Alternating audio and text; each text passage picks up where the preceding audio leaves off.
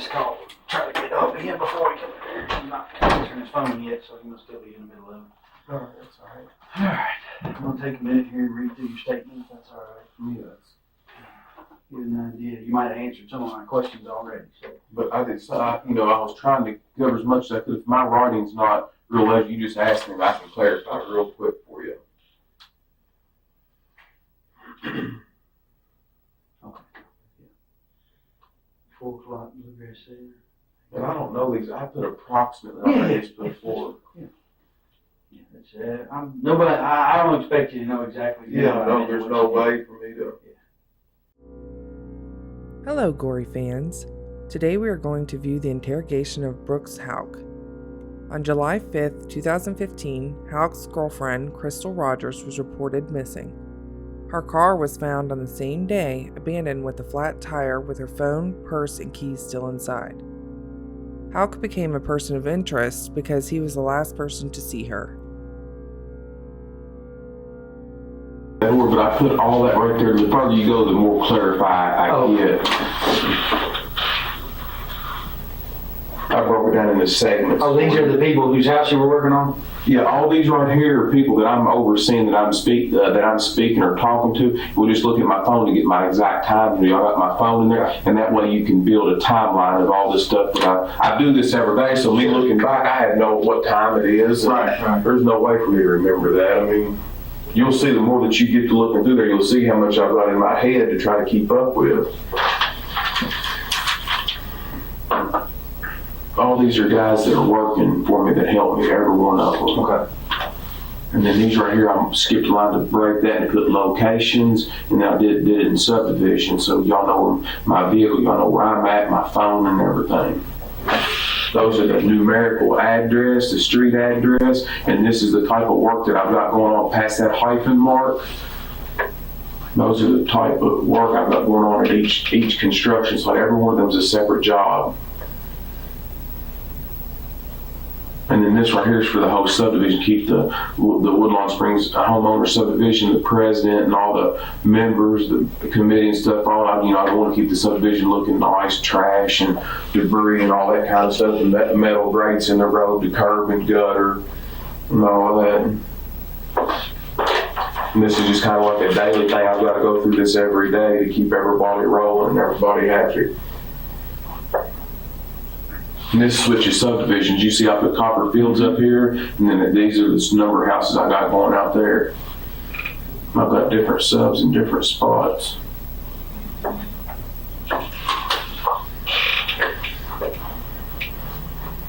Sorry, that thing will go off pretty constantly. That's fine. That's nice. I've got people all over the county, so. All right.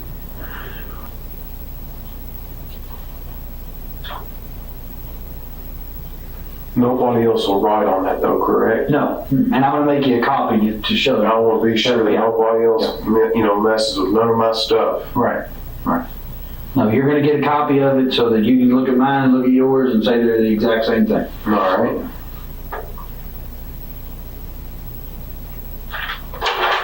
In fact, I'll do that right now. I better do it at page 4 pages this time around that up there.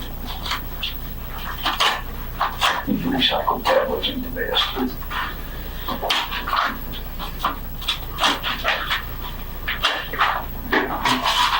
In just a second, I'll bring it right back.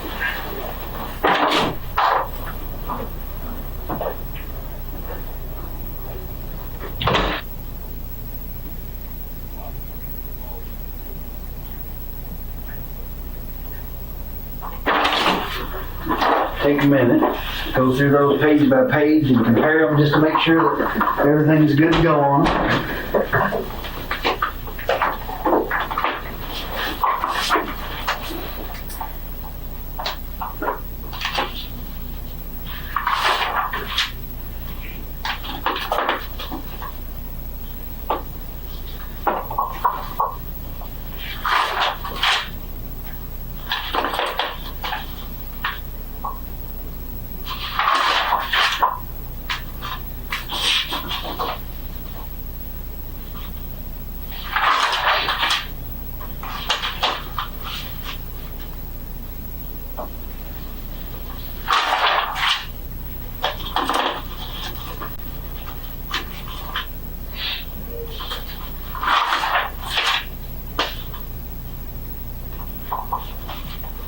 Looks good to me, sir. I'll take the original if you'll keep the copy, and that way we'll both have a copy. All right, I'll put this in the file.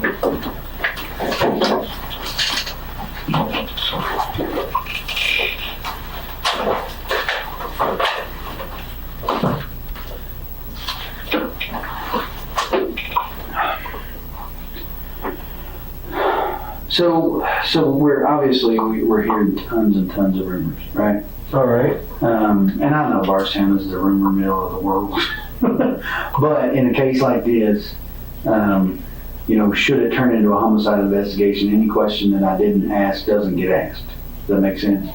I don't understand what you're saying, but Well, if I don't ask you, then somebody's going to ask me why I didn't ask you later. You see what I'm saying? Sure. So when I ask you a question, it's not to be offensive, it's to get the question cleared up so that we can move on to another.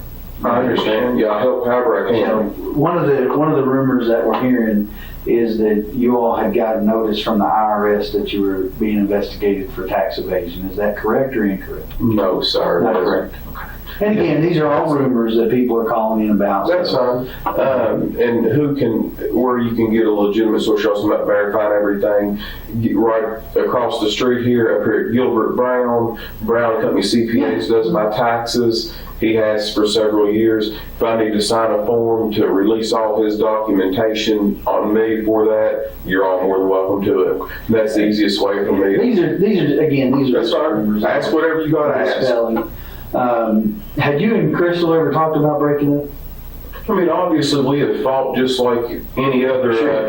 any other couple, but in the last several years, I mean, it's came up, but we've always found ourselves together moving forward. Mm-hmm. So that it's mentioned, but it's never happened, and we've always found ourselves together moving forward. Okay.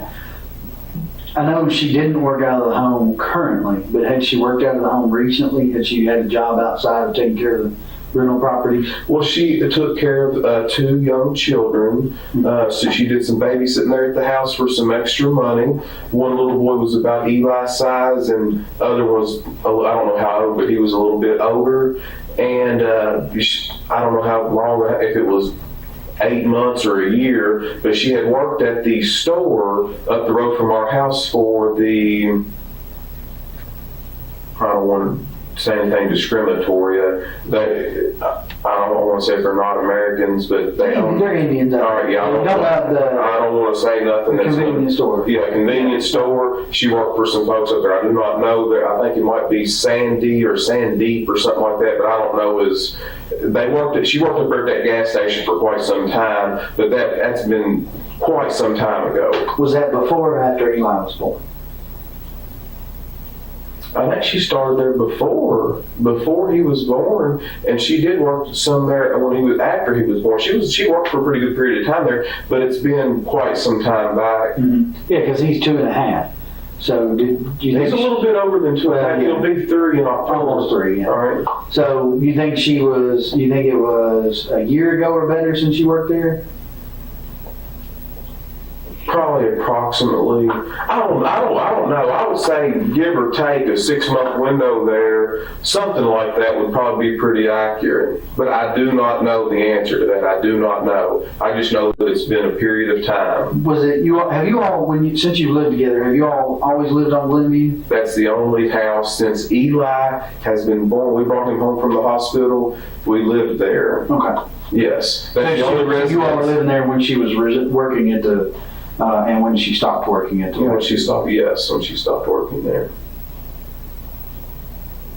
There was, I don't know, maybe 4 or 5 other girls that worked up there with her. I don't know their names. They didn't have a large amount of employees, just a few.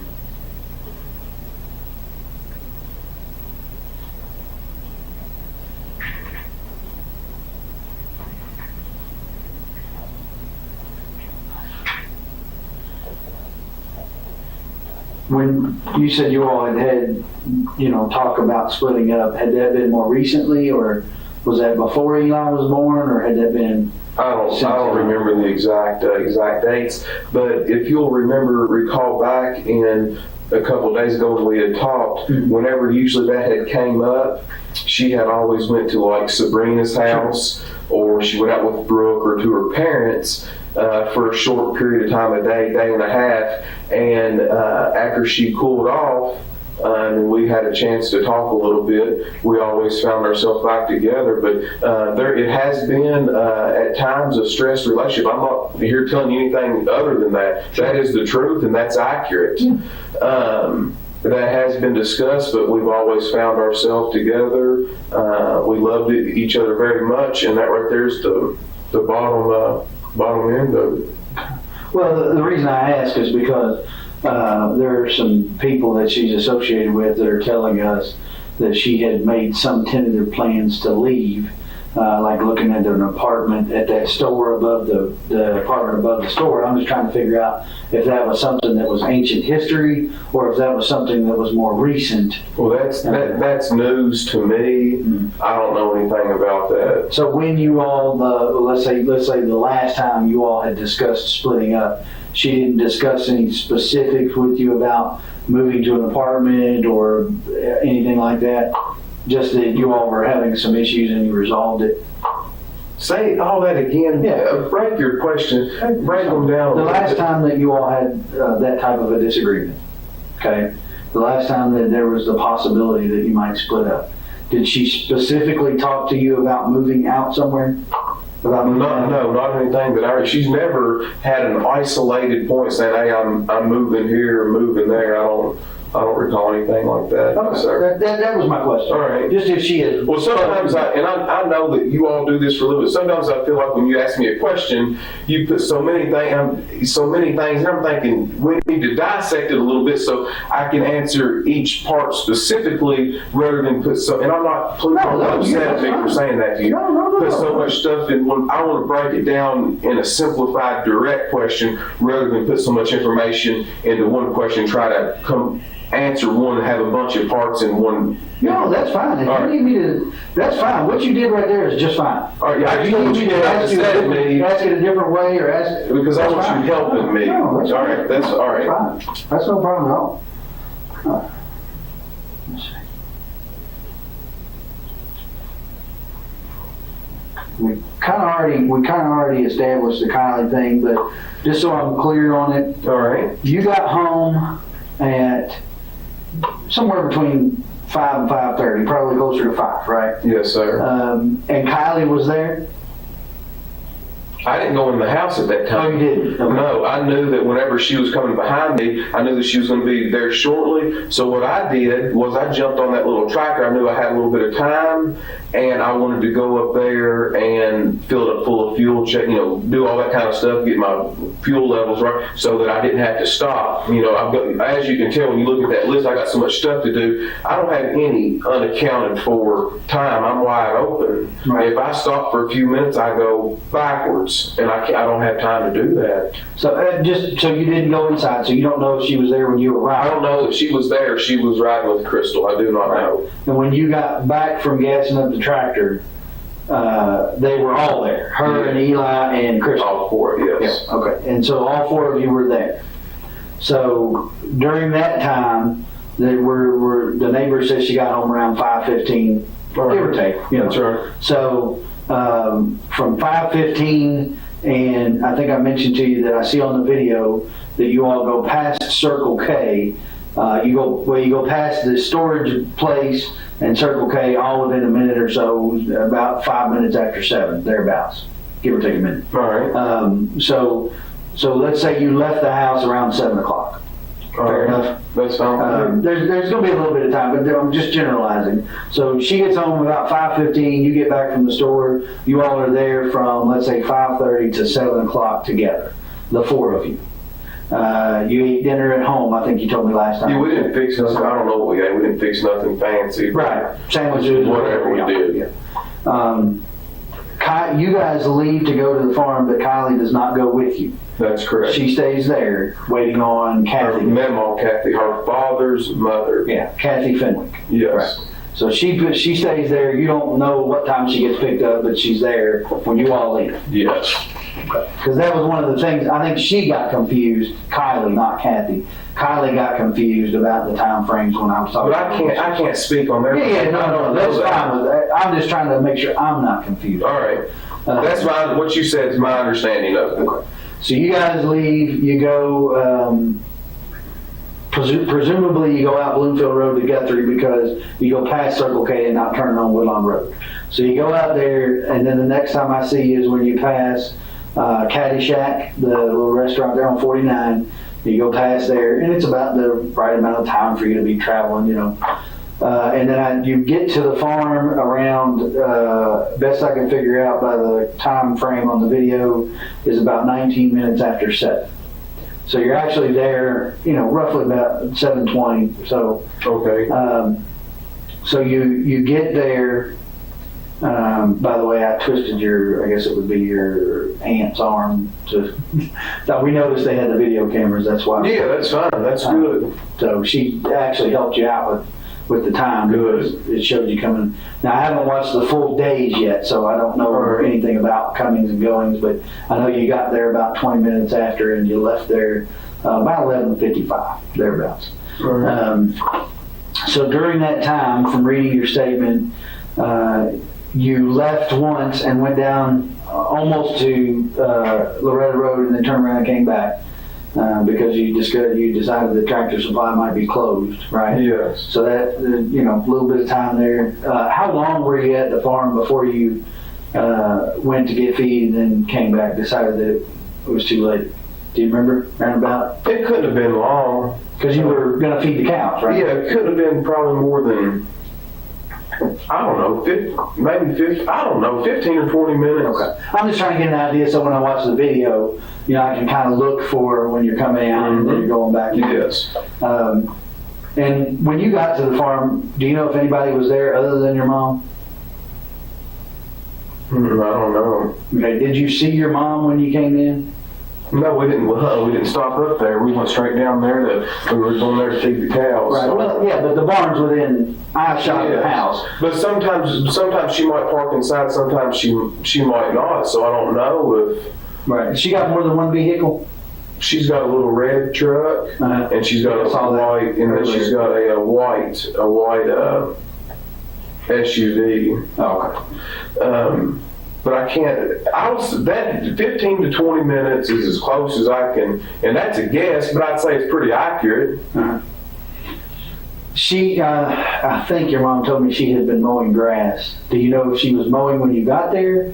Or she's always outside doing stuff. She's more of an outside person than inside, but she likes to mow grass. Sometimes she'll mow it whenever it don't even need to be mowed. So, but no, I don't recall her mowing if she was mowing. But you know, there's a lot of area there that if she was mowing, that I could have pulled in and not seen her. But I don't believe she was mowing. Yeah. Okay. And it's not all that important. I'm just trying to get an idea of what was going on. All right. So there, I noticed when I was out there yesterday, I guess it was. So there's a bulldozer in the drive. Mm-hmm. There's a tractor, actually two tractors in the barn, right? There's a tractor with a bucket and a tractor that looked like maybe it was leaking hydraulic fluid. Maybe somebody or an attachment. Yeah, maybe an attachment. All right. So while you were out there Friday, did you operate any of that equipment to take care of the cows, or how do you normally? No, I don't. By hand? Mm-hmm. No, when you feed the cows, you just get the sweet feed and you holler for them, you shake a bucket, and they, because repetitious, they know to run. They know. I didn't know if you fed them hay. Now, if you're talking about in the wintertime, you have to have a tractor that can handle. We don't do square hay. I mean, in the wintertime, we're going to have to handle a round bale, right? And that's done by tractor. We're not going to. You can roll one by hand. You got 4 or 5 guys, but I mean, we're not going to do that. We're going to take a tractor and. Right, but I'm talking about Friday. You didn't. No. Okay. So you just fed them out of the bucket, the sweet feed, and. Now, Aaron he's out there raking hay and stuff. He might very well have done that. I don't know if it was Friday, but he's been out there the past 2 weeks doing hay. And I don't drive the equipment because that's not what I do. Aaron takes care of all that, and he bales the hay, he cuts it, he does all the mechanical work out there. And now, who is Aaron? the person that does all the work out there. But I mean, is he related to you all, or is he a farmhand, or what is he? Yeah, he's the city mechanic right up here for the city of Bardstown, the bus garage. He does all the mechanics and does all the inspection reports for the city of Bardstown bus school system. Right, but how is he connected to your family? There's no blood relation. We graduated together in high school. You and he did? Yes. Okay, and so does he get the hay off of your farm, or? 5 of the cows out there that are out there are his. Oh, okay. So what he does is, whenever you look at this paperwork, I've got so much stuff going on, I'm not a farmer. I enjoy farming, but I don't farm. So what he does is an added benefit to me. He takes care of all the fencing, all the labor, keeps the equipment running. If it's round bales or busting ice and stuff like that in the wintertime, he does all that. He's got the time. He gets off early at 3 o'clock in the day. So he will come out there, and he knows about the mechanics. I'm not a mechanic, so he'll go out there and cut all the hay and prepare for the winter. He uses his time to do all that, to use the grounds out there for his cows, because he's only got about 7 acres here in town, and he wants to keep growing and expanding. And a way to do that, I don't have time to bush hog and all that, so I would rather keep up with the grounds by letting somebody do that and participate and let them. I don't charge them no money. Right. You see what I mean? Right. So But he keeps his cows out there. yes, it's a good trade-off. Gotcha. Absolutely. Okay. But he wasn't there Friday that you saw? No, he wasn't there Friday night. When you were there? Right. Not before. I don't know about before, but when you were there, he wasn't there. So you all fed the cows with the buckets and watched them eat. And then you walked. Now, when you said you walked the road to the grab, you're talking about not just to the turnaround that goes right to the barn.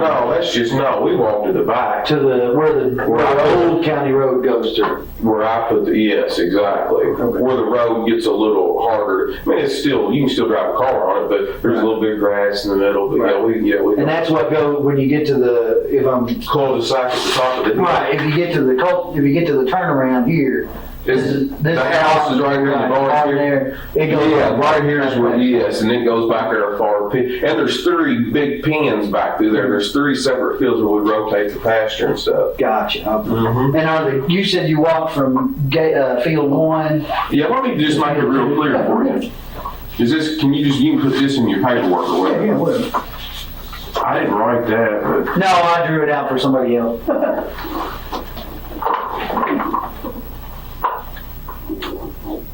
This is the barn.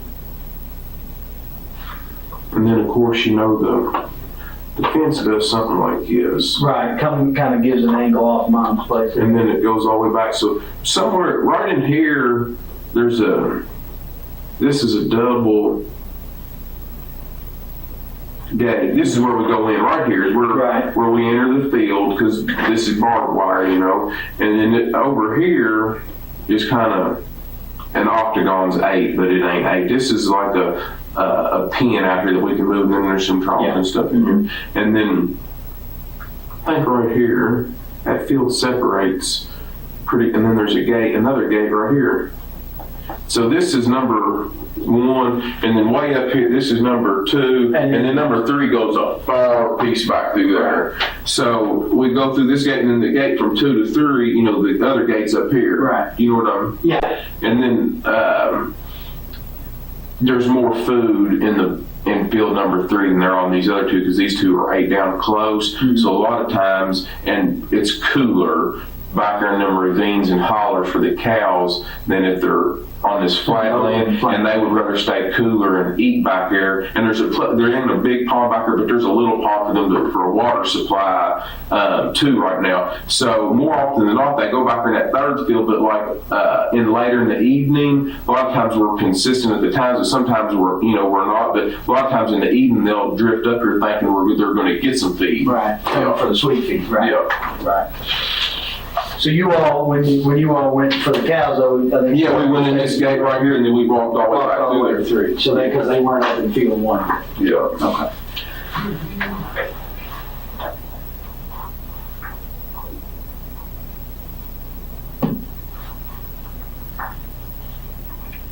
okay, so you fed the cows. What else did I read there? Sorry.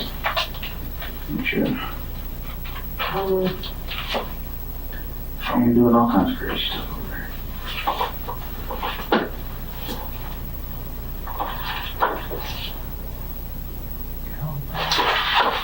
You fed the cows, and then you come back out and you walk the road, right? The road that goes. Yeah, after we come back out, we're walking up through here, then we walk out to here, which there's another. Did I see your pin again? Mm-hmm. So there's another. It ain't exactly straight, but it looks something like this.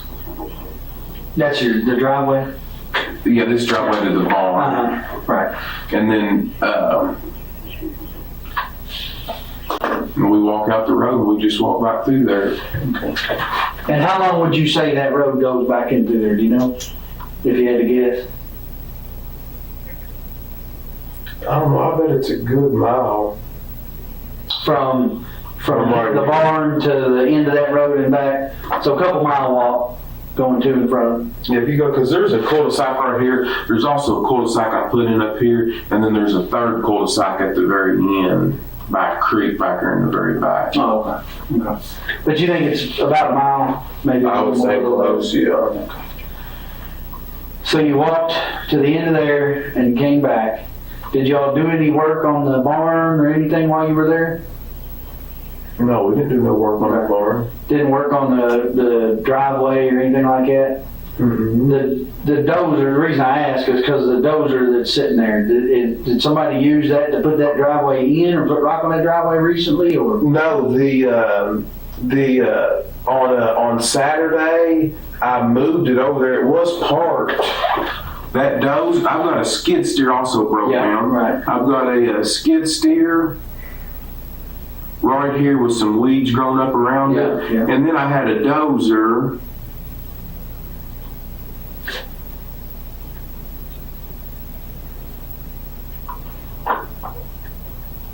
The dozer right here. Mm-hmm. And I did, I backed it right across here. Right here. And there's been water coming in the front. There's a big door right here in the front of the barn, mm-hmm. and water had been going in the front of it right here. And then I moved, and I wanted to. She's always complaining about my mother. Mm-hmm. Is always complaining about the trash and rubble that She likes to keep everything neat and clean. She likes to keep the grass mowed short. But I'm not going to pay a high bill to take that stuff to the county dump when I can clean it up easy. It's too much to do all at once, but I can, every time I come out there, I can throw a match on it or burn a little pile. Eli likes to roast marshmallows, so what I do, and we spend so much time out there, what I do is put a pile and I'll light a little piece of it on fire. Mm-hmm. And then that way I don't have a huge fire, but I've got enough that I'm constantly getting rid of some, and then they won't charge me that high density fee out there at the dump. So I'm going to take all this equipment, this skid steer too. I just haven't drug it over there yet. And then all these trailers with them weeds are high. I'm going to try to get it on both sides of these doors, just to get it out of there. Did you find anything Friday night when you were out there? Yeah, yes. It's not uncomfortable. I don't want the stuff piling up to the moon. I always light a fire. There was a little pile, probably. I'll write that on there. Right here with this little pile here. I think y'all may have covered it up. Y'all got out there. I think we did. Slung stuff everywhere, but I apologize. It don't matter. Well, the dog, that lady's dog. She said it acted like there was something under there. Oh, that's fine. That's fine. So I had some water problem right there, and I'm in the process of getting that right there fixed. We dug out right there in front of that door to try to let a vein of water come out because it's too low. The slab is. And that was Saturday. That was Saturday when I did that.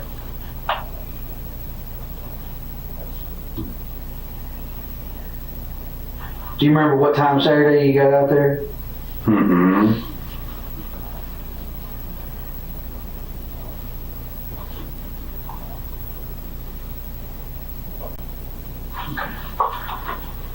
before lunch, after lunch? Oh yeah, it was well before lunch. It wasn't. It was morning time, but it wasn't early morning. It wasn't late morning. It was about mid morning. So you had a little fire. When was that? After you took your walk or before you took your walk? I lit it. I don't know if I lit it right before we took off walking. I know we fed the cows first because I want to do that as quickly while we had still plenty of daylight. I don't know if I lit the fire before we walked back here or right when I got back. I could have done it either one. I don't remember. Mm-hmm. So you lit the fire. I'm assuming then you probably don't leave until the fire burns out.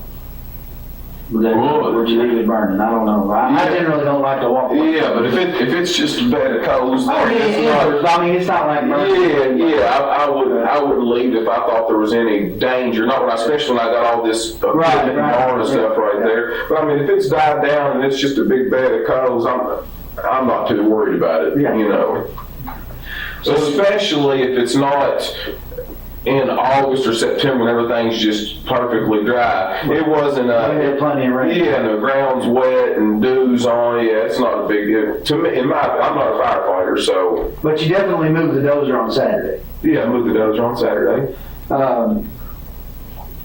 Is there a septic system with that barn? There is. Okay. It's never been hooked up. There's never been a toilet put on there. But I tell you who put it in there, and he can tell you exactly how 100% it was done. It's Casey Ballard. Casey Ballard did. Mm-hmm. And Casey Ballard, is that her? That's her brother. That's what I was thinking. Yeah. So he put the septic. Is there like an opening somewhere where you can access it? Oh yeah. Maintenance and whatnot. Mm-hmm. Where would that be at? There's a big pole out in the middle of this in field number 1 right here. Uh-huh. There's a great big pole like this right here Uh-huh. that marks the end of it. It's got one big lateral, big pipe on it, and it's marked out there so somebody don't crush it with a tractor. So the opening for the top of the septic tank? No, the top, You're talking about the lateral line? Yeah, that just daylights out. Right. There's a big, underneath that, right where this fence is right there, Uh-huh. there's a big round lid right here. Okay. Next to fence for field 1, right? Mm-hmm.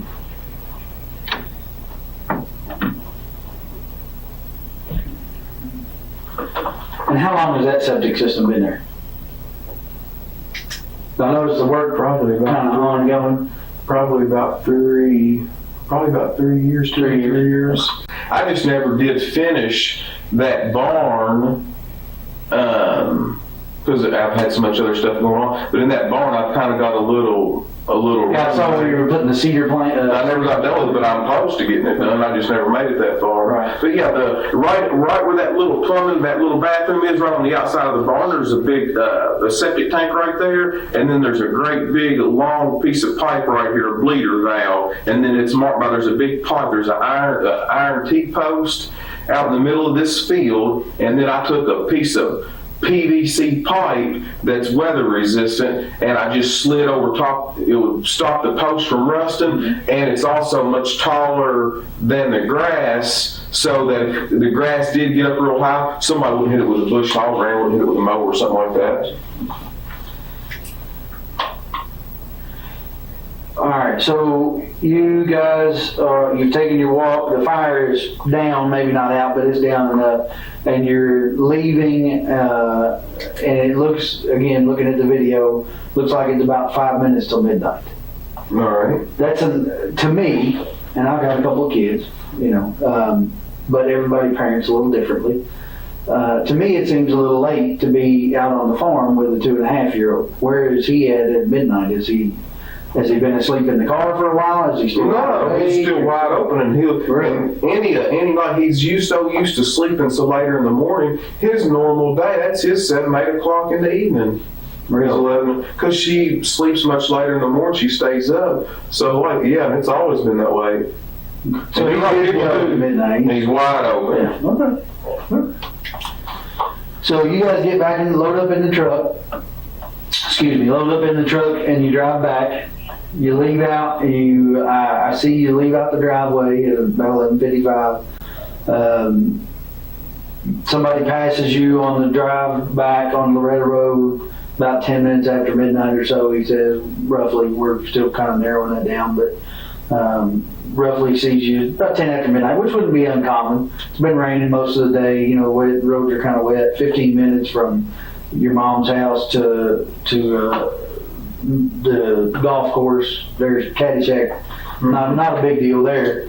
And so do you remember, or did you go straight home on Friday night, or did y'all stop somewhere? Or, because I'm thinking if that's their normal 7, 8 o'clock in the evening, it might be dinner time. Did you stop and eat something, or did you go straight home? We did not eat anything. I went straight home. Okay.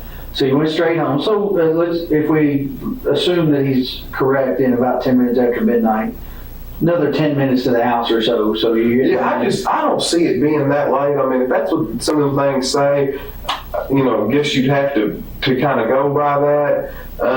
But yeah, we didn't stop anywhere. We went straight home. Okay. So you could feasibly be home by 11:30. You can be home. I feel like it. Which is what you told me. You thought, or I'm sorry, not 11:30, 12:30. You could feasibly be home by 20 minutes after 12. If he passes you at 10 minutes after 12. All right. Which is a little off from what you originally told me, and you just said, I still think it's a little off, but we'll go with what the camera says as opposed to memory, because sometimes memory's not that great. All right. And I checked the time on her camera, and I'm allowing for about a 9-minute gap there between what my watch says and what her camera says. All right. So which puts you leaving there by 11:55, which, again, 15 minutes to Caddyshack is not terribly bad in the rain. So it could have been that he passed you at 10 minutes after midnight, putting you home roughly 20 minutes after 12. All right. Fair enough? Yes. So you guys get home 20 minutes after 12, right there, thereabouts. I think you said you went to bed first. Do you remember about how long you were home before you went to bed? I went to bed immediately. So when you guys got in, you went and did your nightly routine, and you're going to bed. I think you told me that she stayed up. And Eli, did he stay up as well? He was. And where was she at? If there's any activity going on in the house, he doesn't want to go to bed. Mm-hmm. If everybody turned the lights out and we just got into bed, he's going to follow us in there and lay down with us. But if I go to bed and she stays up, he's not going to come in there to bed till all the lights are out and then she goes to bed. If I was doing something out there and she was in the bed, he's going to stay up with me until the lights are out until I go in there. You see what I'm... Sure. Yeah. So that's what he's going to stay up with Mom. Right. So, and before you went to bed, or as any conversation, I know you told me that you all had a conversation Friday evening sometime about the kids. We'll talk about that in a minute, but you said you all talked about the kids Friday evening. Does that conversation bleed over to when you get home, or is that conversation done? No, whenever I got home, I went to bed. I mean, it was relatively, quickly when I got in there. Okay. The conversation does not bleed over. Okay. So you go to bed, she stays up. What's she doing? She's just on her phone playing. I don't know what game, but she normally plays a game. Right. She's got several of them on there, but I don't know which one. Okay. So she's on her phone messing around doing whatever, and you go to bed. Do you know what time Eli came to bed, or she put him into bed? I don't know. I normally go to bed earlier than that, so when I went to sleep, I'm a pretty heavy sleeper. I wouldn't have noticed, if he crawled in there, So you said you're a pretty heavy sleeper. So your phone is getting phone calls. I can see it on your phone logs before 7 o'clock in the morning on Saturday morning. Do you hear that going off? Do you normally keep it in there? Yeah, but I don't have to.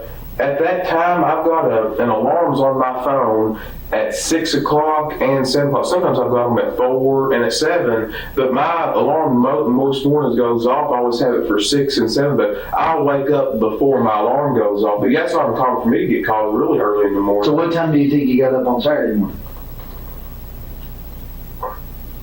I probably woke up around, in between that time, like 6 or 7 o'clock, and then I left. I did my normal thing, changed my clothes, put my clothes on, and headed out. Shortly after that, Well, I'm sorry, I forgot to ask you something. There, on the phone records, there appears to be a phone call around midnight All right, on Friday night, Saturday morning. All right. I'm talking about on your way home, basically. all right. Do you know who that person was that called you around midnight? Do you remember taking a phone call? Can you just call the number back? I don't. I mean, I could. I could. What's I the could phone look at number? your phone. Yeah, look at my phone, but I don't remember You don't that. remember getting a phone call on the way home? Mhm. Would it be unusual for you to get a phone call at midnight? I mean, it is for me, and I work for the sheriff's office. I get calls quite regularly. Some of the people that do the tile for me, I wouldn't put it past them to call me at any time. They lay brick through the day, and then they're tiling my houses at night. The Thomases I wrote on there, Derek and his brother Tyler Thomas, they'll call me at any time. I've got even if it's just one day, I don't pay them people by the job. They got to get paid by the hour, and then when they get done with it, I pay them. Right. That's just what we've agreed on. But yeah, those folks there call me any hour. It was a pretty short phone conversation is the only reason I asked. Mhm. Kind of unusual to get a 13-second phone conversation at midnight. You know, it is for me. It may not be for you. But, All right. Well, just check it out. Yeah, check it out in detail. That's right.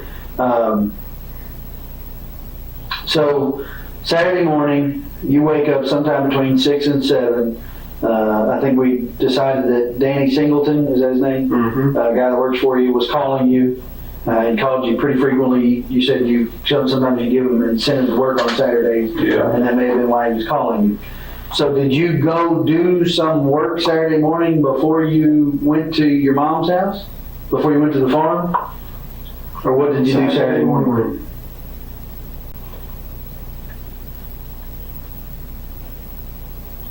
No, I didn't. I didn't do any other work on Saturday morning. That's where I went out there to the farm. Mm-hmm. I don't know exactly what time I got out there, but that's what I had done. Mm-hmm. So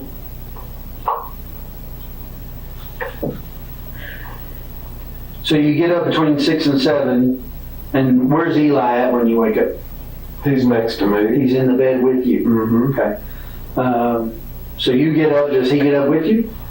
He's still asleep whenever I get up, but I go to the bathroom and all that kind of stuff, and he's still sleeping there on the bed. Mm-hmm. And so when you wake up, he's there, but Crystal's not. She's not. Okay.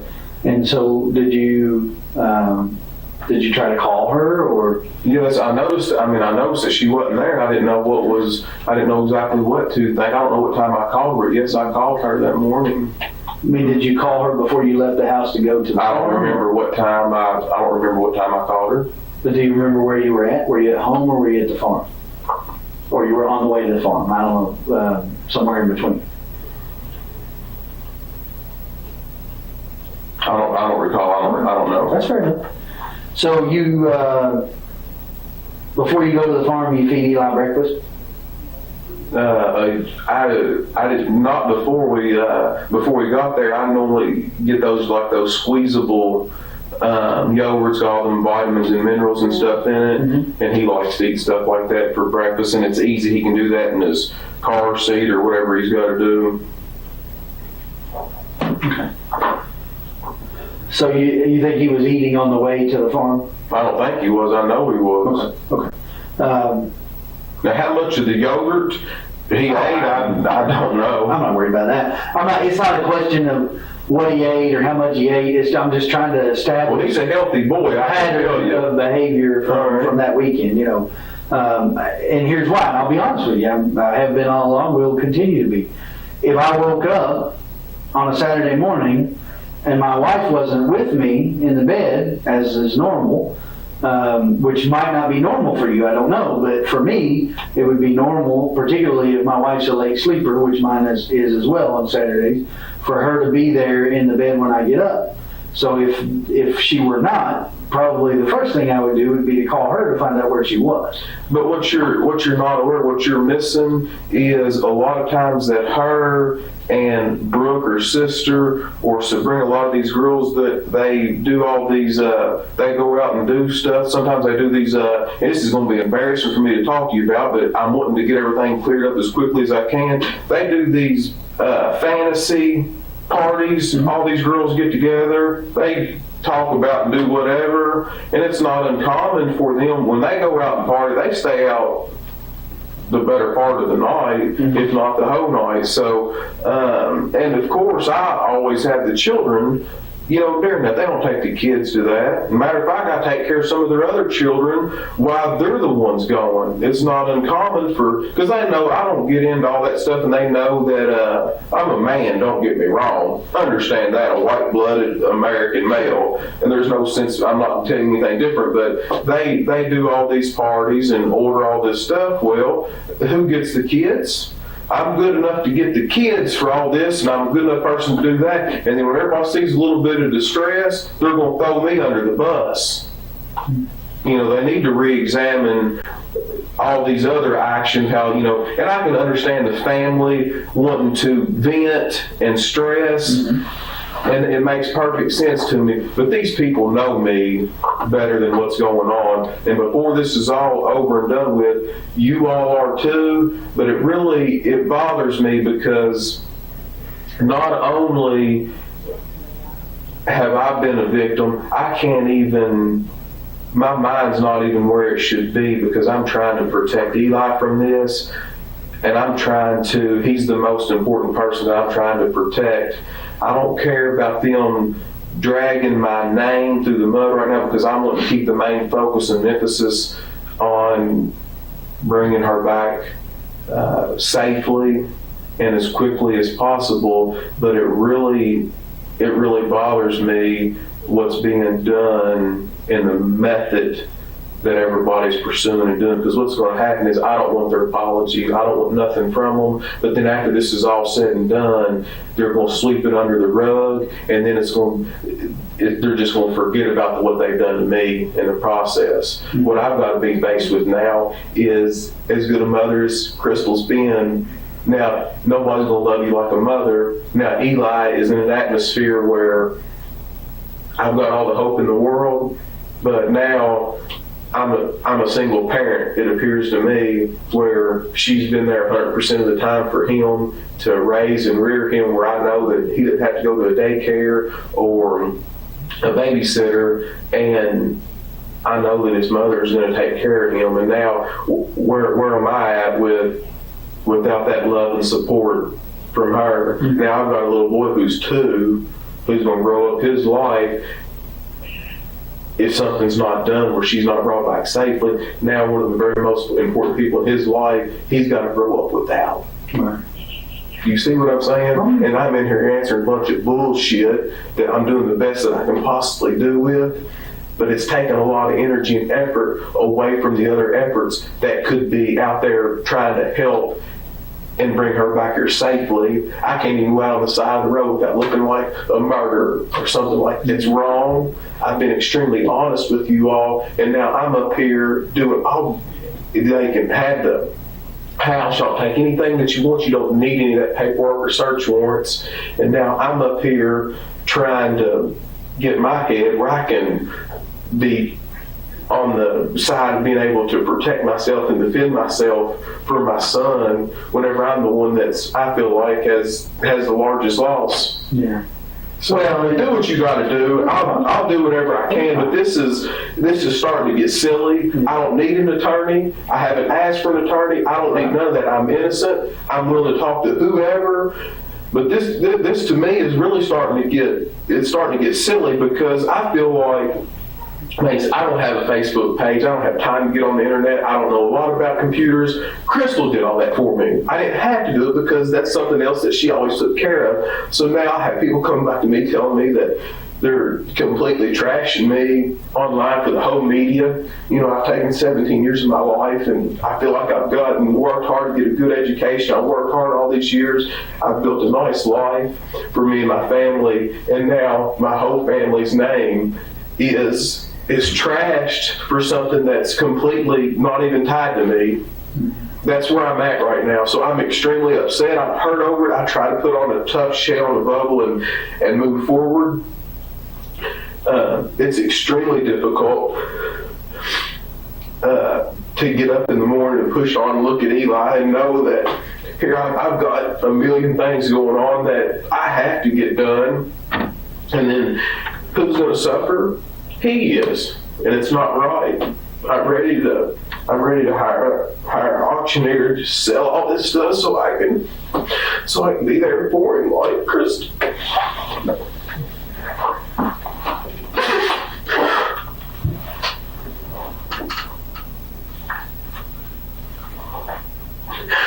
What else do you want to know? Take a minute, it's all right. No, It's fine to be upset. I understand.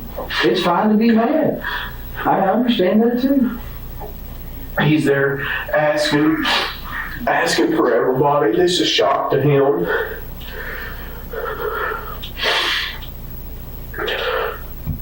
It's okay to be upset by it. I understand.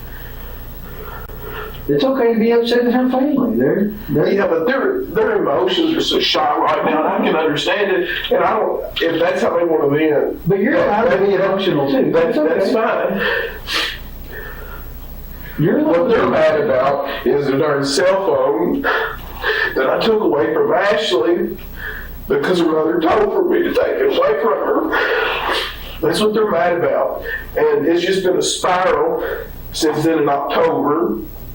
And ever since then, their attitude towards me and everything is so wrong. For punishing a 16-year-old girl when she's not hurt, she's not hit, nothing like that. And I'm the worst person in the world for having any, and I understand I'm not her dad, I'm not her disciplinary figure.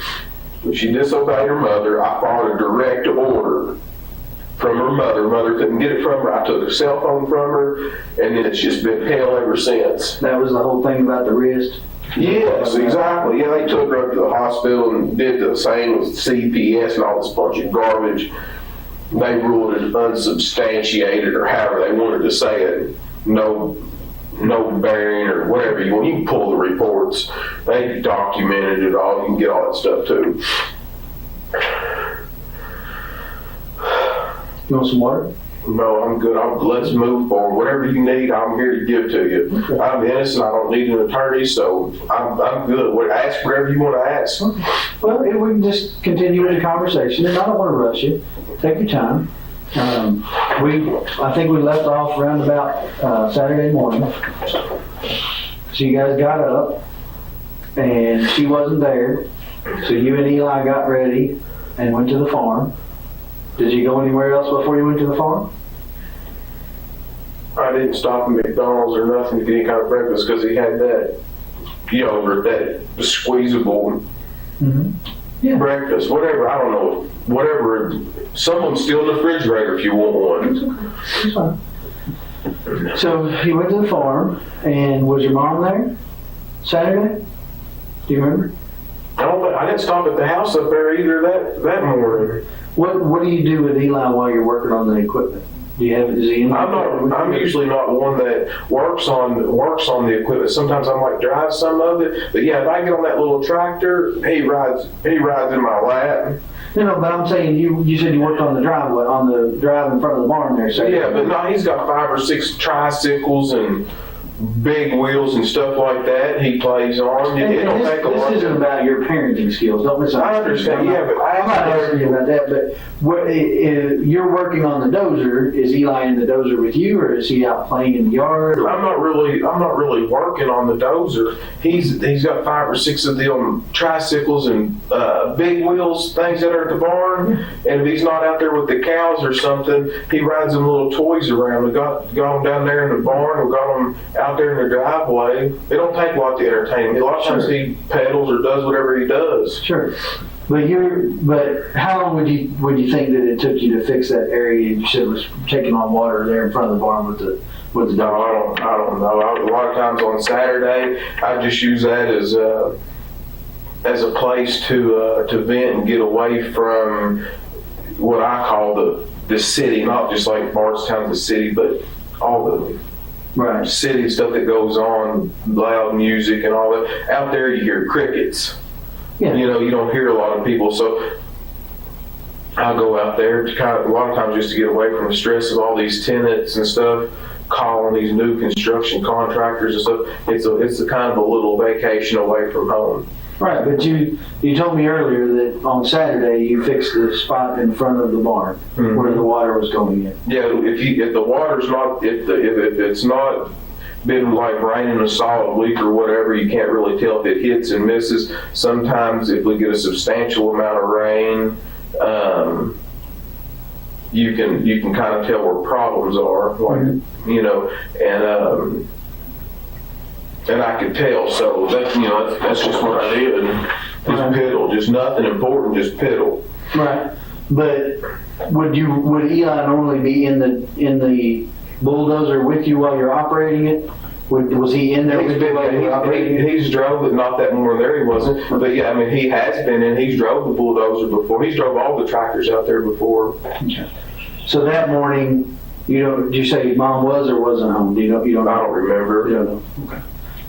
So you don't know that he was out riding on his tricycles or whatever. When you said in the driveway, you mean the driveway for the house or the driveway that you're working on? Say it again now. You said you were working on the driveway in front of the barn with the dozer, right? Yeah, we're down there by. And you said he was probably riding on tricycles or something. Yeah, I'm sure he was running on the concrete slab. It's easier for him to pedal on the slab than it is outside there, and I can see him better. My visibility's better if he's in there than out here. Right. So he was here by the barn and not over by the house in the No, he wasn't by there. Gotcha. Okay. So you guys finish up whatever you're Maybe later that day or something, he might have went over there. The chickens might have come down there. He might have done something with them. I don't know. Mm-hmm. But it's not uncommon for him to, you know, the chickens out there, they can be fast, but they're not scared of people because he plays with them so much. But you can catch them pretty easy. I mean, he treats them like a cat. Mm-hmm. So you guys, any idea how long you were out there? Saturday? It was a good, yeah, usually on Saturday I'm not in any kind of a rush because I try to take, I usually try to take it easy on Saturday. Okay. So did you eat lunch out there?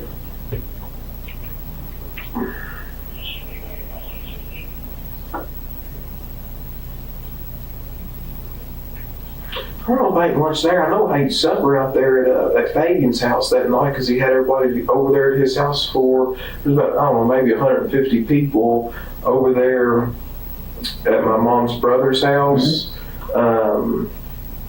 We went out there for a short while. It wasn't real long. I know I ate there. Eli ate there. I don't know what we did for lunch. I can't remember. Okay. Did you go from the farm to Fabian's, or I don't know if I took I may have went home and taken a shower from being out there on the farm. You know, I don't want to go there smelling like a bunch of cows. Sure. I may have went home. I'm not sure. I don't know. I may have went home and took a shower and then came back. That's more than likely what I did, but I can't remember. Okay. So then sometime Saturday evening, you went over to Fabian's house. Do you remember around about what time that was? That would have been 4th of July. Yeah, that's when we were supposed to go to that. Mm-hmm. Did you all stay out there for fireworks, or? We didn't stay that late. I know that there was a bunch of people there that I hadn't seen in a good while. That my mom's got a pretty large family that I hadn't seen, and I wanted to see them, but we didn't stay out there real late. Any idea how many times you've called Crystal at this point? By the time you went from getting up Saturday morning until you were going to the family? I know I called her back around maybe noon again the second time, and I don't know what the exact time I called her after that, but I know that sometimes in the past, if I called her and blow her phone up, it made it worse. Mm-hmm. So Sometimes I've just called periodically, and I found that she doesn't take as much offense to that. If you're just disrespectful to them, especially somebody's mad, it just makes it worse. To Right. keep calling them. I wasn't even alarmed. I was for sure the girls were doing this to me on purpose. Brooke and Sabrina and them. So while you're at the family gathering at Fabian's house, anybody ask you where Crystal was? She hadn't went out there to Fabian's house a whole lot. Some of them people knew her, some of them people out there wouldn't have known her, but right then I don't Not remember. really a big deal for them. No, and it's something that those people there we see once sometimes every few years. A lot of them people really hadn't. Some of them have seen her, and a lot of them have not seen her. Haven't met her. Sure. So, like I said, it was a substantial amount of people. You're out there. You said did you say you didn't stay for fireworks? No, we didn't stay that late. So you and Eli leave before dark. But that's usually when people set off fireworks on 4th of July. And do you go home? Do you go to somebody else's house? And that was on Saturday? Yep, that was Saturday. Do you go to mom's? Where do you go after you leave there?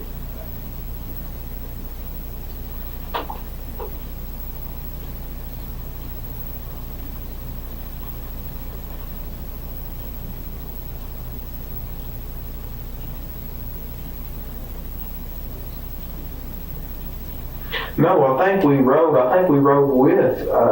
with my mother over there. So Fabian's house? Yeah, we rode with her, and then I went home after that. So you rode back to mom's house with her, and then you didn't stay at mom's, you went back to your house? Yeah, I didn't. I don't know the exact timing and all that right there, but I do know that I rode with her over there to Fabian's house. Okay. And you left her house and went home? I don't know if I stayed there any period of time or not. I may have stayed there just a little bit. I don't think very much, but I might have stayed there a little bit. I'm not sure. I mean, you didn't stay the night there? No. Did you go anywhere else after you left mom's house before you went home? Not that I can remember. Okay. I tell you, what would be a good idea for folks is to put a darn camera. You think I'm joking? I'm being serious. You try to go back through this. I need to put a camera in your vehicle and up there in front of you. Just live on tape, and then you. Well, I'm not asking you to recall every detail of your life, brother.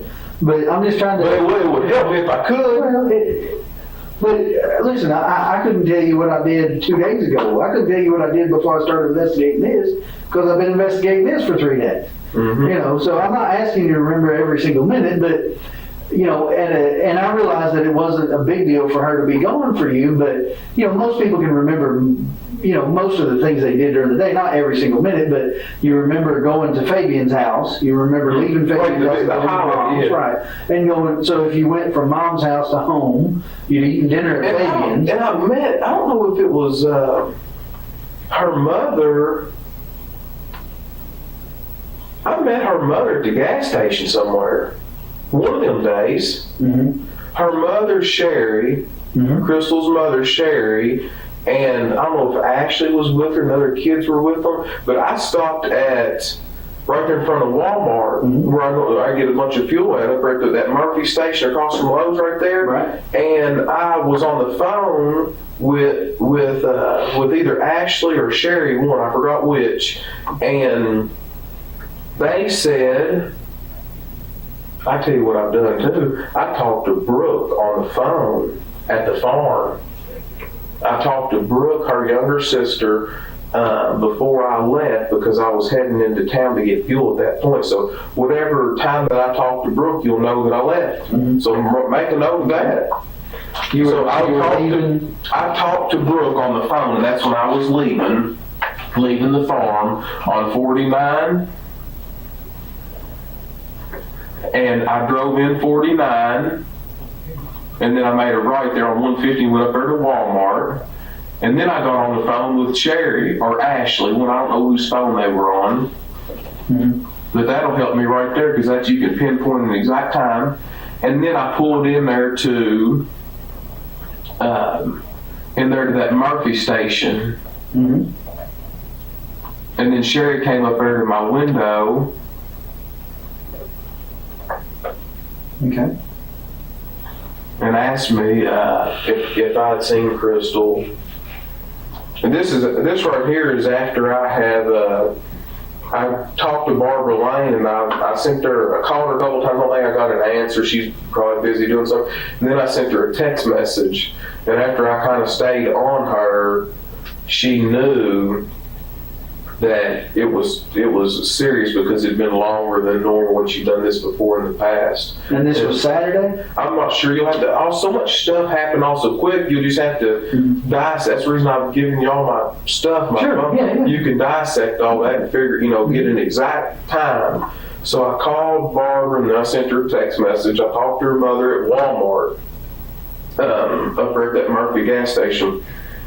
I had Eli with me then, of course, had him with me all the time. And she wanted to look at Eli. She said, "Where's Eli?" I said, "Right there." And then she spoke to him and she looked at him and said hi, and he said hi, and that was it. So she just asked you if you'd seen Sherry, and you told her no? No, she asked me if I saw Crystal, sorry. Crystal. My name's confused. So Sherry asked you if you'd seen Crystal. She's the only one. Everybody else stayed in her vehicle, and then she walked over to my truck. And when you told her, I haven't seen her, don't know where she is, and she just said okay and asked No, about she thought that the wisest thing for us to do was she said she was going to go to the police station. Okay, so And I told her that I think at that point I'd already talked to Barbara, I believe, I'm not sure, Barbara Lane, and I'm not sure. I don't know the time periods. I don't know. I just don't know. That's fine. So And then I went home. So Saturday you went home after The gas station. So you think that was okay? So you think the gas station was between leaving the farm and getting showered up before you go to Fabian's? No, that's incorrect. Okay.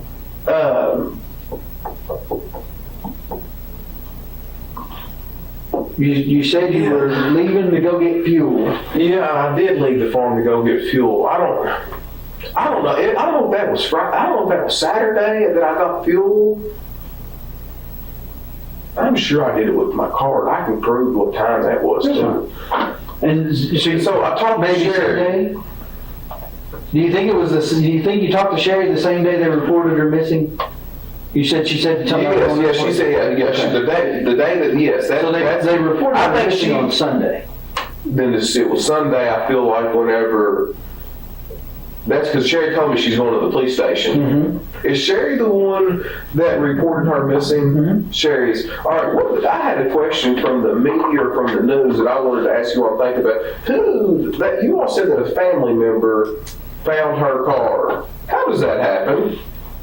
Rather than the police department, as large as this county is, a family member.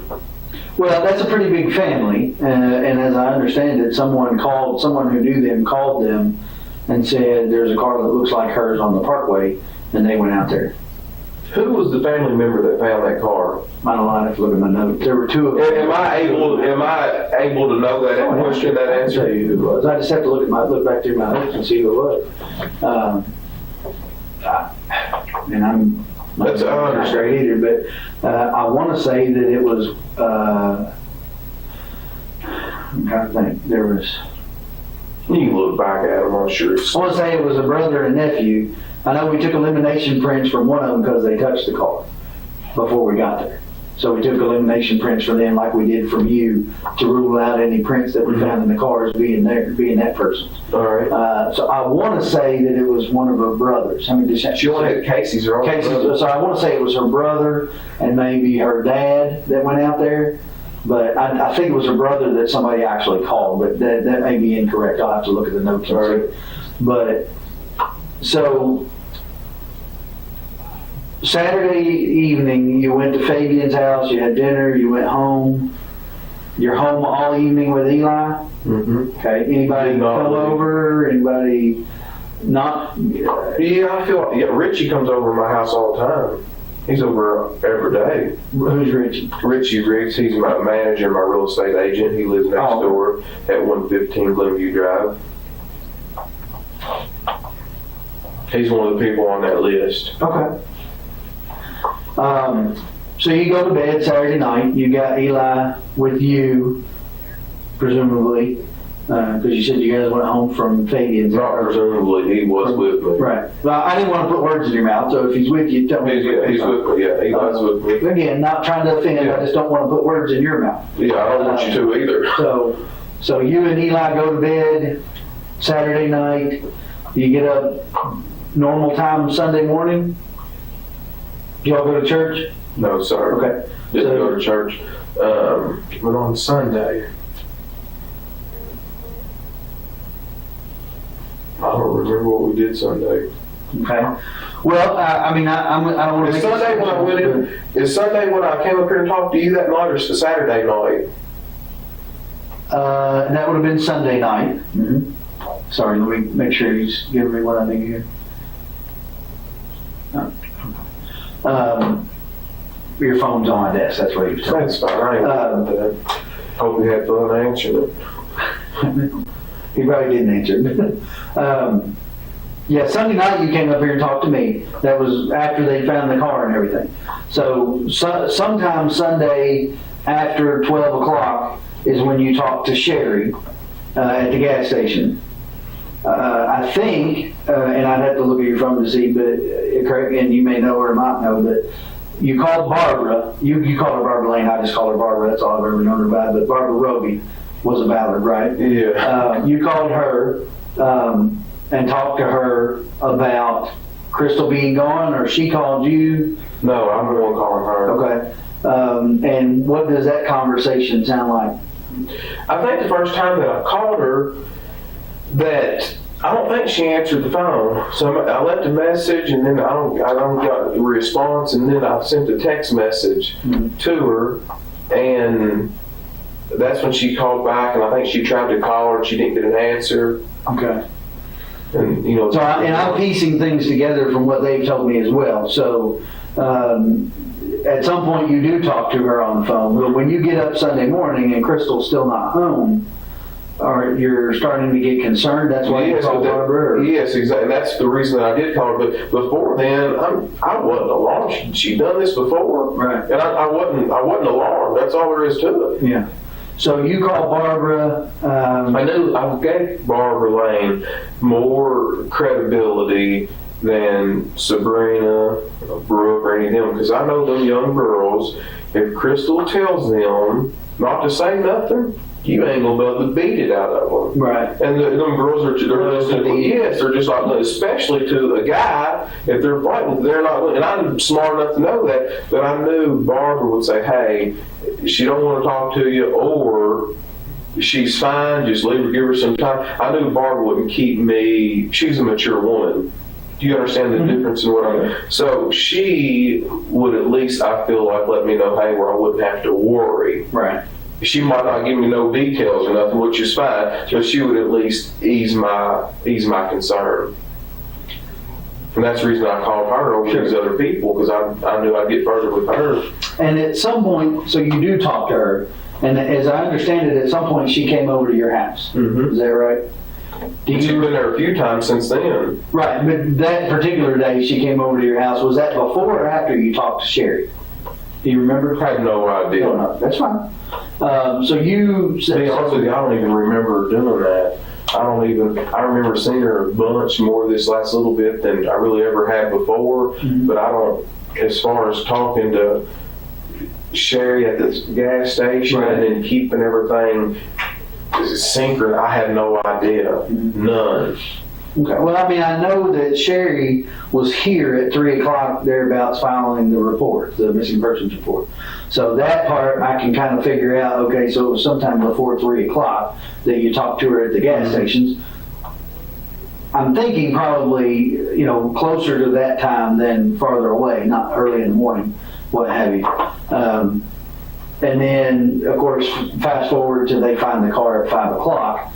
out on the parkway, and the sergeant responds out there, and then he calls me, and then I come out and start investigating, and obviously I call you to come and talk to me about the last time that you saw Crystal. So that kind of builds my timeline. Obviously there's some gaps in there, understandably, but some of those gaps become really important. For instance, validating or invalidating the guy's statement about her being on 49 between 1 and 2. You see what I'm saying? The gaps in time become really important to me, because that's how I determine where my gaps in the investigations are and where I should focus my investigation. I've got guys out there that all I got to do is call them and say, hey, go check this out. But I have to have something for them to check out before I can call and tell them. Couple things that I want to get into that are going to be, somewhat personal, okay? And it's not intended to pry into your personal life. It's intended to pry into what's going on in Crystal's mind, okay? I'm trying to get a reference for her frame of mind for the past few days before she goes missing, so that I can rule out any possibility of intention to harm self or things of that nature. You understand? And I don't know that I can rule that out. But what do you think about it? Do you think that she has the potential to harm herself? I don't know any of all that. Crystal is not that kind of person. I don't believe at all. I don't feel that way at all. Mm-hmm. So you don't think she had any suicidal tendencies whatsoever? No, sir. Never tried it in the past? No. Never come close to ODing on drugs in the past? No. When she would go out, did she drink much? A whole family drinks, but she drinks a little bit, not any. To the point where somebody has to bring her home and drop her on the front stoop? No, she ain't no drunk. Mm-hmm. Well, you said sometimes she goes out after you go to bed. They do drink and they need a driver, but they're not what you're describing is like a sloppy drunk. Just somebody got tore down. I mean, right. That's not an accurate picture of her. Okay. And she likes to go out having a good time, but I mean, she's, I guess, I don't want to say like a maybe conservative person, but sure. Just a normal, typical social drinker. Yeah, a normal, typical person likes to have a good time. I mean, that's it. So, if you had to guess, how often would you say she would go out? She doesn't go out real often. Not real often. I mean, she's got all her kids, and we got Eli. I mean, we have a pretty busy lifestyle, and seems like we've always got kids here and there, so I mean, right. We don't have a whole lot of time to do that. We don't like to get babysitters all the time. Sometimes if our parents have a couple of the kids, or Keith might have a couple of them, we might go out with. Usually, with Eli, we don't usually seldom ever get a babysitter for him. Mm-hmm. And we take him with us, but other than that, well, I guess the reason I'm confused about that is because you said it was not unusual for her to go out with the girls. It's not unusual. Yeah, so help me understand. You mean, but that's once a month, or once every other month, or I mean, how much time are we talking about here? Because my wife might have a girl night a couple times a year, but she might not be the typical wife either. I don't know. Probably about 2 times every 3 months. Okay. Like once every 6 weeks or something like that. Okay. So you said Eli generally does not go to a babysitter?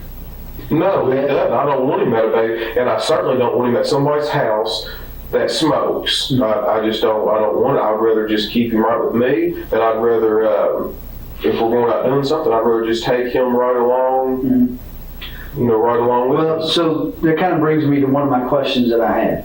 When we talked a little bit about the last time that we talked when we were at your house, and you kind of explained it, and I get the fact that she would tell the kids, hey, we got a babysitter for the night or for the evening, we're going to go out, mm-hmm. I get that. You explained that the other kids kind of get jealous And If you guys we don't want to hurt their feelings.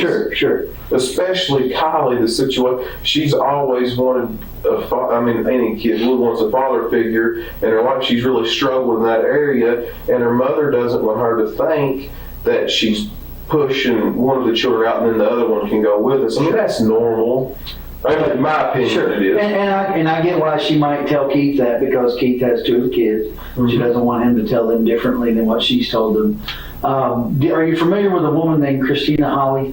Yes, I know who you're talking about. There are some text messages between her and Crystal on Friday. And she's asking Crystal if she wants to go to Chuck E. Cheese, I think it was. Something to do with the kids. Do something with the kids. And she tells her the same thing. Well, we've got a sitter for the evening. It's our first time being kid-free for a while, so we don't want to, we're kid-free. We're going to enjoy ourselves. Right. Why would she lie to her about that? I don't know. I can't answer that question. Are her and Christina close? Yeah, I mean, they've always been good friends. I know exactly who you're talking about. Do they, close enough that they see each other on a regular basis every few days, or No, talk on the phone? Or? they talk on the phone, but I don't know if they see each other that often. Right. But I think we were also supposed to maybe go to the zoo or something too. She's got a little girl that's really close to this, born in the same month apart. As Eli? Yeah, as Eli. Mm-hmm. It's just curious to me. These are the things that make me wonder. And in any other situation, they might not amount to nothing. But Did you ever talk to the girl, the Amanda? Mm-hmm. All right, and so she says there was no plans for her to babysit. all right. But that doesn't necessarily mean that Crystal hadn't planned for someone else to watch him. I don't know that. You know that because you and Crystal have him together, but I don't know that because I don't know you guys. I don't know. Maybe sometimes she might use Crystal some. I don't know. I don't know. I can't answer that. Right. I do not know the answer. Okay. But as far as you know, you all did not have plans for a babysitter that night. No, Friday night. no. The plan was all along for you guys to go to the farm. Yes. Okay.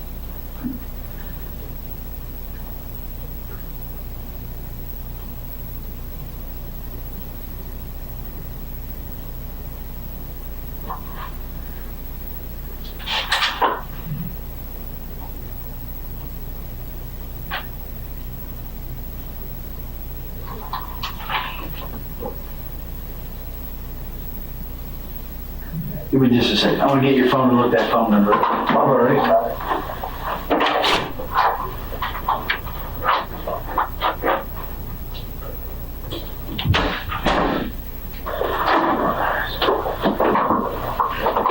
Okay, we put that number in? Yeah, go right ahead. Do what you gotta do. Looks like you got a couple of messages. I don't know how to do that. I've got an Apple phone. So just, You just want to put the number in, right? or check contacts or however you do it to see who it is, yeah. Check this one. 192-1390.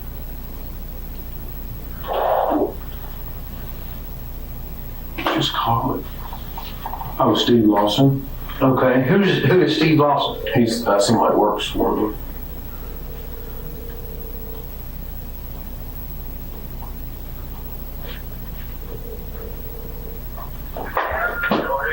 Hey, Steve. Hey, I can't hear you real good. I'm gonna ask you to speak up a little bit, okay? Okay, sir. Hey, I was wanting to know. Hey, I've got some things going on next week. I'm gonna need your help with me. Are you already booked up, or can you help me? I haven't moved up yet. I'm still looking for a place. That's why I needed them numbers from you. All right. Well, I can write them all down and get them there for you. But I was actually talking about doing some more work with your little skid steer and so forth. Mine's still broke down. Well, I said, get with me tomorrow. I'm coming. I know you have a hard time hearing me because it's where I'm located at. All right. So just get in touch with me tomorrow and we'll see what we can do. But my question, I just want to tell you I'm sorry about everything that's going on in your life, brother, and I got you in my prayers. I certainly I said it is a very difficult and trying time, but I appreciate you you saying that. But hey, I need your help while I got you on the phone here. Do you remember the other night you called me really late, and I forgot what you asked me. Can you? I guess we wasn't on the phone. I might have been tired. I know it was pretty late at night. Can you remember what you asked me or what you were after? I can't remember. Yes, sir, I can. I called to ask you for them numbers for a house. Oh, for a rental house. Yes, sir, I And did. what did I forgot? What did I tell you? You told me that you would call, what's her name, Katie or whatever, she handles all that. Crystal. Crystal, okay, I apologize. Yeah. And you said she handles all that, and that you would get back with me on it. All right. Thank you so much, Nell. Hey, if there's anything I can do, you give me a call. Thank you. You have a good night now. Yes, sir, God bless you. Thank you.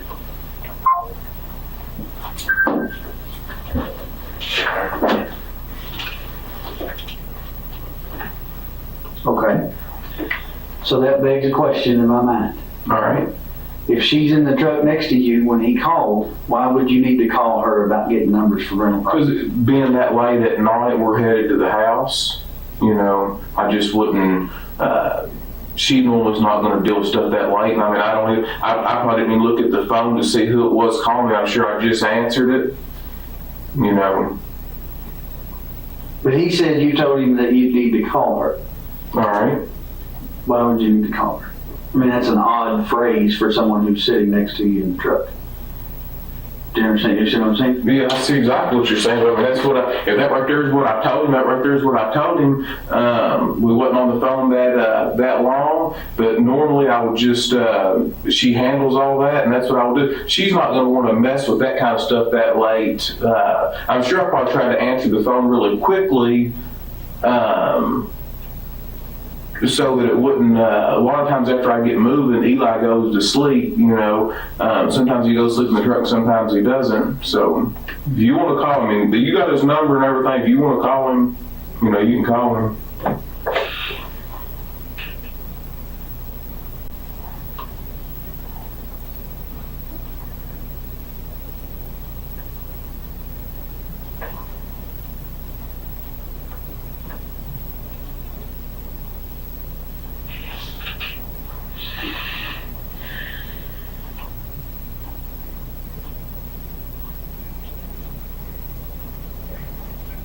What do you think happened?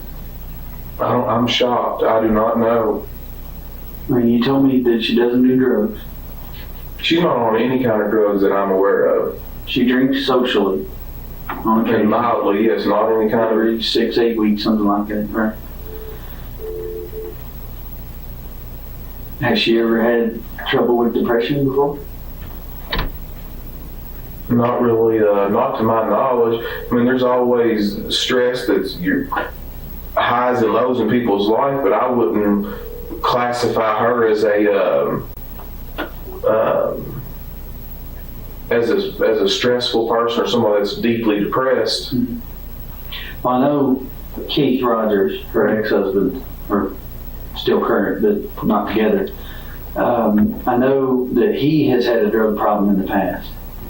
Was she with him during the time that he had the drug problem?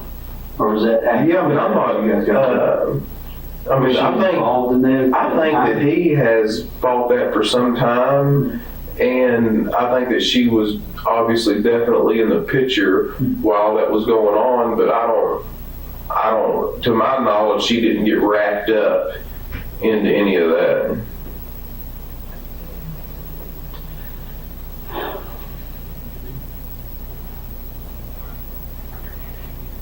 I guess the biggest problem that I have is that most women are not going to walk away from their purse and their cell phone in the car. I agree with You you. know what I'm saying? If she were going to walk to go find help or something, she would take her phone even if it was dead. She wouldn't. My wife wouldn't leave her purse anywhere for any reason. So I can't figure why she would walk away from the car and leave the purse there. When we took the bloodhounds up there, the lady commented that it was though she wasn't even there. I mean, they had her things that you provided us for sin, and they said it was as though she was not even there. I can't explain that. I don't understand what that means. I don't know why, if it's her car and she leaves in it sometime Friday night, why does it appear to the dogs that she's not even there? I agree with you. This same set of bloodhounds tracked her in the car from 49, and they had never been to your mom's farm before, tracked her scent all the way down 49, turned on Balltown Road, and turned on Pascal Ballard as though they were following your car. So I know the dog's not defective. That's right. Because they're following her scent, and they don't know where your mom lives. They've never been there before. So the dog's nose is not defective. So when the dog doesn't even try to find her on the parkway where her car ends up, it's just very odd to me. And I can't figure out why they wouldn't find any scent of her at all if she walked one way or another. They would have picked it up. Right. They would have at least walked far enough for her to have been picked up by somebody. You know how if you break down on the parkway, somebody's not going to pull bumper to bumper with you, so you're going to have to walk from your car to their car to get in. Right. So the dog doesn't even act like it wants to go in one direction or another, even far enough for her to have even gotten in a car with somebody. That's just weird to me. I don't understand. Unless she was never in her car when it got put on the parkway. I don't know. Yeah, but I can't answer that. I do not know. Do you know of anybody that would want to hurt her? I mean, as far as I know, she's a well-likable person. Right. I know that she's done a few evictions with some folks, got a few people upset, but Were they missing eviction? I mean, like threatened? I mean, there's never a good eviction. Right, but I mean, it's just normal business. But I can't think of anything. She's a likable person. I can't think of anybody who would want to harm her.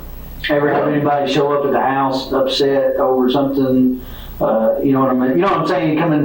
When it's not appropriate for them to be coming to their landlord's house. Ever have them show up at your house, beating on the door, or hey, you threw me out, or whatever? I've never had somebody come up there to the house over eviction saying you threw me out. Not one time. Now, several of the tenants do come to our house. Some people don't just mail a money order check. Sometimes people stop by there and drop it off. Sure. And, she can write them a receipt that way or whatever. But as far as what you're saying about you evicted me and you threw me out and they're confronting her about it, never happened one time. Okay.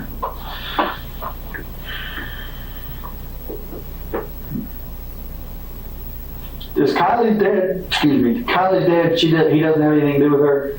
Very little. I don't even know. I think he lives a far piece from here. I'm not really sure. So I thought they said her dad's name was John Fenwick. Is that correct? Or no, that's not right. That's not right. Okay. I think it's Jesse. John Fenwick is one of the owners of Bluegrass Seed. Right. Yeah, that's not her. Okay. That's not her. So Jesse Fenwick. I believe. And that might not Somebody that doesn't live around here close. Yeah, it's a far piece. Is it not? But obviously his mom lives on Summer Road. Yes. So he's a member of that Fenwick family that's from around here. I don't know how many sets of Fenwicks there are, but I know there's. As far as I know, there's only two. Now, I don't know which one he would belong to, and there may be more than that I'm unaware of. But, so, do you know, is she related to the Fenwicks that own the Bluegrass Seed? I do not. I don't think she is, but I do not know. For sure. I don't do family trees and all. I don't do all that. I didn't know since you do business, if you've done business with them, if it come up. But, and then Ashley is the daughter that her mom and dad raised. Yes, and I figured out her last name is Johnson. I couldn't tell you that the other night because I was so stressed out, but her last name is Johnson, and I do not know her dad's first name. I just know that he stays incarcerated quite a bit. He'll get out from time to time, but he will only make it about a week, and they find a reason to lock him back up again, whether it be drugs or whatever it is. Have you all ever had any trouble out of him? I've never met the man. I know that was a pretty abusive relationship from what Crystal's told me, but I don't really know. I can't speak intelligently upon it. It's been quite some time back, so I don't know a whole lot about it.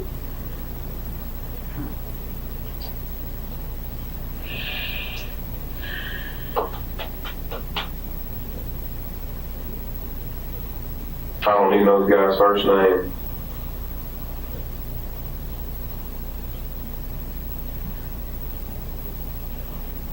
No custody issues with Keith?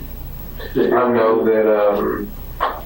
that Tori has told her before that she gets mad if Tori gets mad if she's been corrected or something like that right there. She'll say, well, I'm going to my dad's house, or I'm going over here. You know, they'll want to flip back or forth or whatever, you know, split house. Play one off the other. Yeah, I know Tori does that, but I mean, I don't think they've ever really had any big issue on getting the kids. From what I can understand, it's been pretty good. I mean, if one of them wants them, or Keith wants them for a little bit, or the kids want to go over there, they just had kind of like a mutual agreement where that's what they did. That's just what they did. They never really struggled with it, you know. Yeah.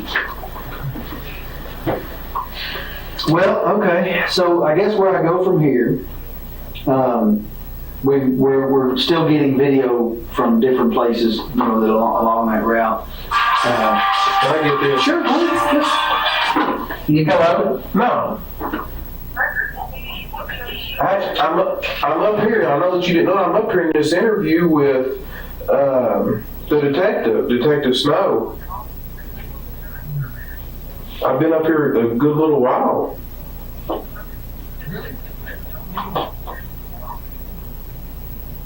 I'm filling out this statement here and everything.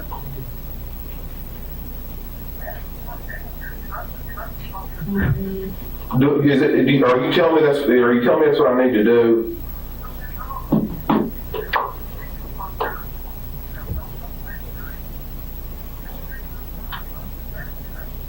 I know that. But the way that I look at it is, I'm innocent. I ain't done nothing wrong. What, you know?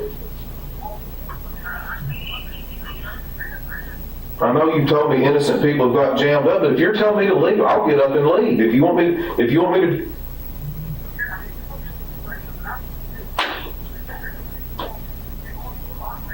I know I'm going through a lot, but I'm trying to get this guy to help me.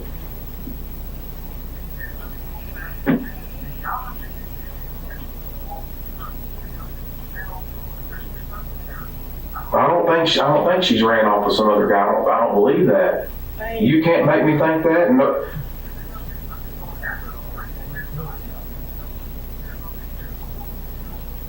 Yeah, so do I. I'll do exactly what you're telling me to do right now. You want me to get up and leave? Man, I don't think these guys. I don't think these people are rather vindictive just to skin me for no reason. Man, this is not their family. This is not.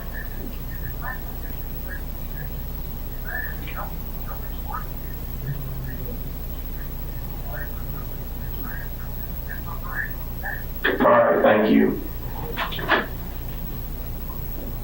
He thinks y'all gonna fuck is what he thinks. I don't know who he is. Nick, my brother. If you want to go, you're free. No, I know it, but I'm not.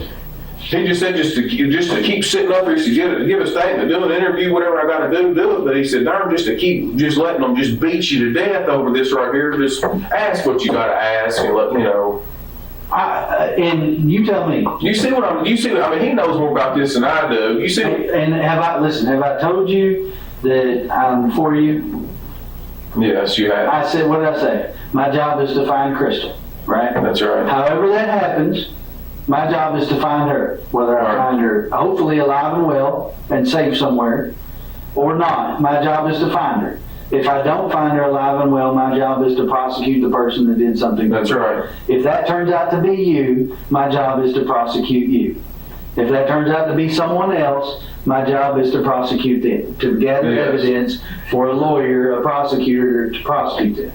I don't know whether that person will be you or not. Well, did I not tell you when you come in here and sit down today that right now you're the main person of interest? Yes, that's right. And I explained to you the reason that you're the main person of interest, right? You're the last person to see her alive, right? And I went through your timeline with you and explained to you that there's gaps in your timeline, right? Be it good, bad, or indifferent, you can't remember some things about Saturday, you can't remember some things about Sunday. That's not a judgment against you, that's just a fact. I am simply a fact finder. If you want to go, you may go at any time you wish to. I would never dream of stopping you, didn't tell you you had to stay. If you want to bring a lawyer in and answer questions with a lawyer, you're welcome to do that. I'd have been asking you the very same questions in front of your lawyer that I asked you today. Right? I have not given up hope of finding her alive. That being said, you know as well as I do, the longer this draws out, the less likely we are to find her alive unless she's run off somewhere. I mean, that's just a fact. That's right. That's just the facts as they are. I am not for you. I am not against you. I am not for her family or against her family. Right now, my job is to work for Crystal. Plain and simple. It's just that simple. If that means that I have to interrogate you, then that's what I have to do. You've been nothing but cooperative with me. I appreciate that. We've talked. This makes number third time? I don't know. I can't. 3 times. Here, the first time. At your house, the second time. And here, the third time again. Not counting the polygraph, because I didn't ask you any questions then. You've not asked for a lawyer. You're right. That's your right to do. You're entitled to do that. If Nick thinks you should go and you want to take his advice, go ahead. It's fine. I'm not offended by that. My job is not to make you happy. My job is to find Crystal. If that makes you happy, awesome. You know, but make no mistake, my job is to find her. That's what I'm doing. If I offend people in the midst of that, well, I'll apologize later for offending people.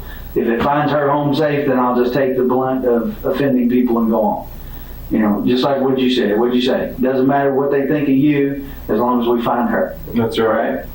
So that being said, you know, you're free to take Nick's advice if he wants you to leave. I don't really have any more questions with you. I was just going to tell you where we go next. All right, yeah, we'll wrap it up and tell me what we're doing next. And if it's over, it's maybe the false alarm. So, yeah, you know, here's what I'm looking at, right? I'm trying to find video of her car getting on the parkway, whether it's New Haven Road or 150. Trying to find some video of her car getting on the parkway in hopes that it will reveal to us when it gets on the parkway, because there's some confusion about that. Some people calling in saying they saw it on Saturday. Some people calling in saying they saw it on Sunday morning. Some people calling in saying it wasn't there Saturday or Sunday morning. That's just the nature of the beast. When you put information out there, you get a lot of it back. So I'm trying to figure out when it got on the parkway, and if I can, who was driving it when it got on the parkway. Maybe she was driving it, maybe she wasn't. Maybe somebody else was driving it. I don't know. You know, maybe somebody stole it and it got a flat tire and they left it on the parkway. I have no idea. There's a million possibilities about how it got on there. So I'm trying to figure that out. I would like to fill in the gaps in your timeline. I may be able to do that with the video at your aunt and uncle's house, because they may be able to show me when you came and went from the farm on Saturday, those kind of things. I'm probably going to interview your mom. I'm probably going to interview Nick and ask them, you know, if they were with you anytime during that time. Maybe they have a little better memory of it. They can fill in those gaps. I'm probably going to interview the employees that called you Friday and Saturday, or Friday evening and then Saturday, to interview them and ask them, you know, when you called him, what did you talk about? How long did you talk? Mr. Stanley or whatever his name is, you know, did he answer the phone? Did you all talk on Saturday morning? If you did, what did you talk about? Did you go see him? Those kinds of things to help me fill in your timeline, which gives me a better idea of whether or not you're involved in her disappearance. And that's what I do. So, and then once I've done as much as I feel like I can do, I'm going to move on to other things. I'll be honest.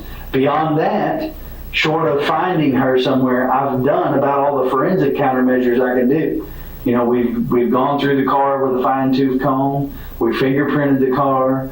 We've gone through her purse. We're going to start going through bank records.